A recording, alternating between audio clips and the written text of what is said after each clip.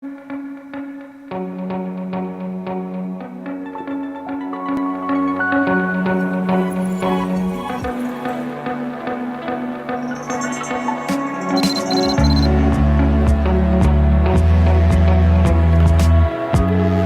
right, the world is changing, Robin. People are now buying things with virtual money. Yes, they are. Remember, we used to make fun of monopoly money. Yeah. Well, maybe we should have held on to it. Maybe it would be worth something today. I don't know where you spend bitcoins. I don't either. Could I spend it at the grocery store?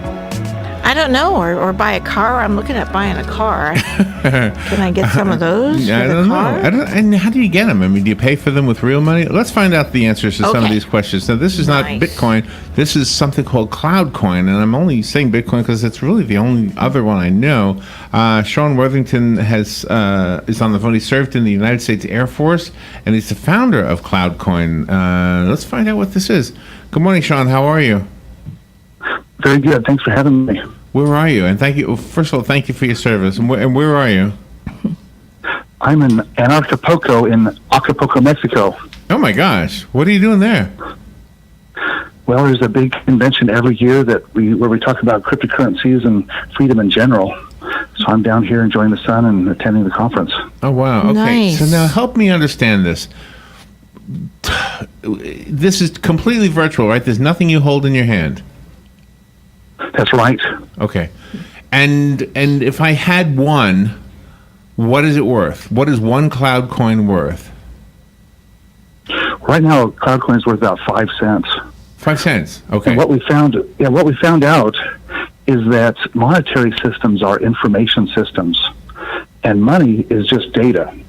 And what makes money valuable is not necessarily what it's printed on, like if it's printed on gold or silver or paper or even hard drives.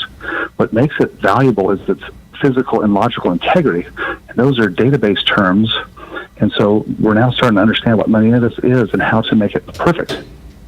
We're used to the fact that money is issued by the government. Who issues CloudCoin or Bitcoin or any of them? Who issues the money? Well, we've had, of course, throughout human history, for thousands of years, people have used gold and silver. And, of course, those have often been stamped or have some kind of stamp of some government on it. But it is possible to have government money without governments. CloudCoin, it was minted, and then this whole infrastructure was built around it, and it's spent into existence. And so people who are system administrators and programmers, they're the first ones to get it, and then they can trade it to other people. So could anybody start a currency? Well, I know that I have, and certainly the Bitcoin inventor did, but it's pretty technically difficult. And but we do have thousands of cryptocurrencies right now. They all use basically the exact same technology. You just take the same code, copy and paste it, rename it, market it, and you have a currency. Really? It's easy. So is it almost like the value of a recording artist? Let's say, just use that as an example. In today's world, I mean, they don't sell records; they sell downloadable files. It's you don't even hold a record in your hand anymore. It's a virtual thing. So if you have one recording artist who sells millions of them, then that recording artist is virtually and actually worth more than the person who doesn't sell any. Well, there's some problems, and that is counterfeiting. And of course, if you're trying to make a record and everybody can download it and play it and listen to it, and they don't have to pay for it, they're able to copy and paste all over the place. That's going to be a big problem for your record profits. All right. And digital currencies have the same problem. You don't want people to be able to counterfeit it. And Bitcoin was the first currency in human history to solve what's called the physical integrity problem of digital money. That made it impossible to counterfeit it, impossible to double spend, and made it so that you couldn't just turn off the server and shut down the whole thing. And you say that the cloud coins can be made into a JPEG image that each person customizes? Yeah, so CloudCoin is the second technology to solve this physical integrity problem. And we can actually take it off of a public ledger like they do with Bitcoin. We can put it inside of JPEG images or other files, And so it looks like money. You can pass it around, and then all you have to do is every time you get a CloudCoin, you have to just check it to see if it's authentic or not, or if it's counterfeit. And so it's a whole new paradigm for digital money. All right, so let's talk about Bitcoin just so that we understand this, because we've all heard that Bitcoin started out very, very affordable, I guess is the best word, and then became very valuable.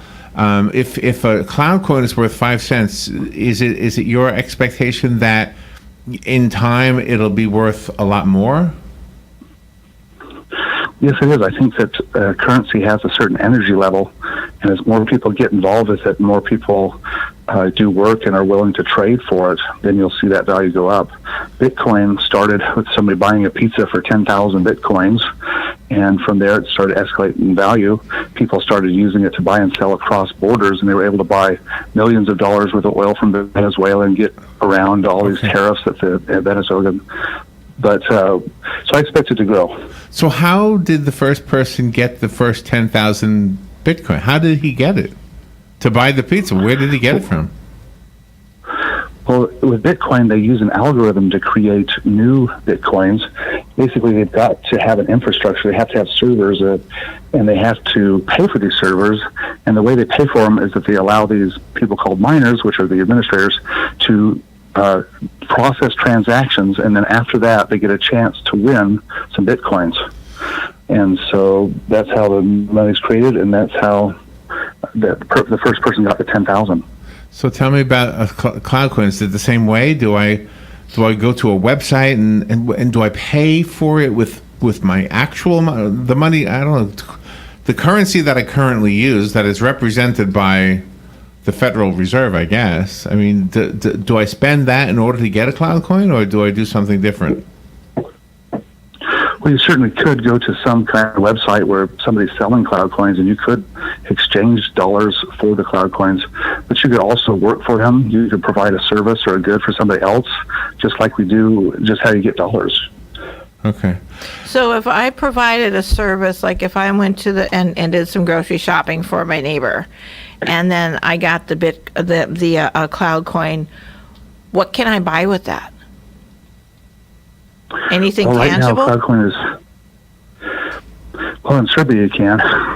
Seems like we're taking off in Serbia for some reason. But I expect in the next few months we'll have our SDK done, and you will be able to purchase things over something called Open Bazaar, which is a private network. And you can also... We'll be able to buy things all over the internet. We'll start seeing it grow. I think that CloudCoin is the world's most perfect currency, and it will start dominating everything. So do you remember S&H green stamps? Yes, I do. Okay. So that was sort of like a currency. You got it as a bonus for going to certain grocery stores, and you saved them up and put them in a book, and then you went to the catalog store and you bought a bicycle or something. Right. Or something. So if I went, I just went to your website, cloudcoin.global, and I'm just curious, on this website, do I do something so that I can acquire a CloudCoin? Well, you could go to our buy page, and that would have links to all of the different places around the world that we know about that sell CloudCoins. There's quite a lot of them. That's the CloudCoin project page, and they don't actually sell any CloudCoins from that page, but they do direct you to exchanges and different people that sell them. I don't see a buy tab. What's the buy tab? The buy I think it's services. Where is it? Oh, under services? Okay. Buy CloudCoin. Okay. All right. I want to see this. So, but there's no place to buy things with it, though. If I had some CloudCoin, I wouldn't be able to buy like a bicycle like I could with S&H green stamps? So right now, we don't have any online catalogs of things to buy. And it's very nascent. It's just in the development stage. Okay. And we're developing our what's called SDKs, software development kits. But we expect very soon that everybody's going to be able to include CloudCoins in their software. We're going to try to get it in video games to begin with. And do you think, this type of currency, and is the allure of Bitcoin going away because it fluctuated last week? It didn't stay high; it went low again. Not low, but it went down. But CloudCoin seems like it can only go up. So is that what's going to generate interest in this? Well, Bitcoin got into a trap where people started treating it as an investment as opposed to money. And so people started buying it with the idea that it would go up in value. And it created a bubble. And then that bubble popped a couple months ago, and it's been dropping down, bouncing down for the past couple of months now. And, hopefully that doesn't happen with CloudCoin.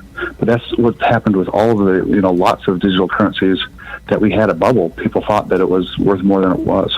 Wow. Well, I must admit that I'm a little confused how this works, how you would benefit from it if you had some, and I don't even know how much. If I sent you a nickel, you could send me a CloudCoin. It sounds like Sean Worthington. I'm a student in all of this, and I'm learning. Again, thank you for your service. Thank you for taking time to be with us. The website I went to was cloudcoin.global, and I guess I'll have to check back on that to see what's going on over there. Thank you, Sean. All right, well, thanks for having me. All right, you're welcome. We'll be right back.